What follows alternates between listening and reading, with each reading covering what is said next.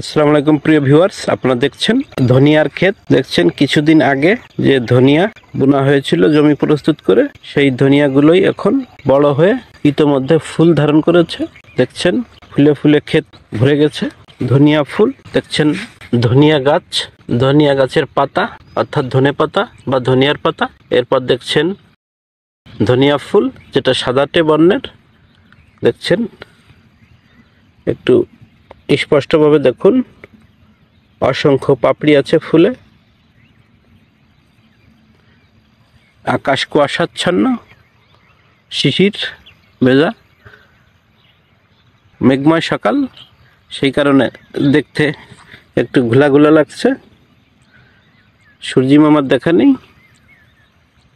দেখছেন সেই ধনিয়া পাতা, এই ধনিয়া পাতাগুলো এই অবস্থার একটু আগে বাজারে শুধু রান্না করে খাবার জন্য বিক্রি করা হয়, কারণ ধনিয়া পাতা কোনো তরকারিতে মিশিয়ে দিলে সেই তরকারি খুবই স্বাদযুক্ত হয়।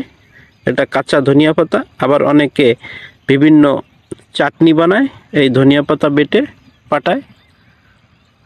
তো সেই পর্যায়ে শেষ হয়ে এখন ধনিয়া পাতায়, ধনিয়া গাছে দেখছেন ফুল ধারণ করেছে।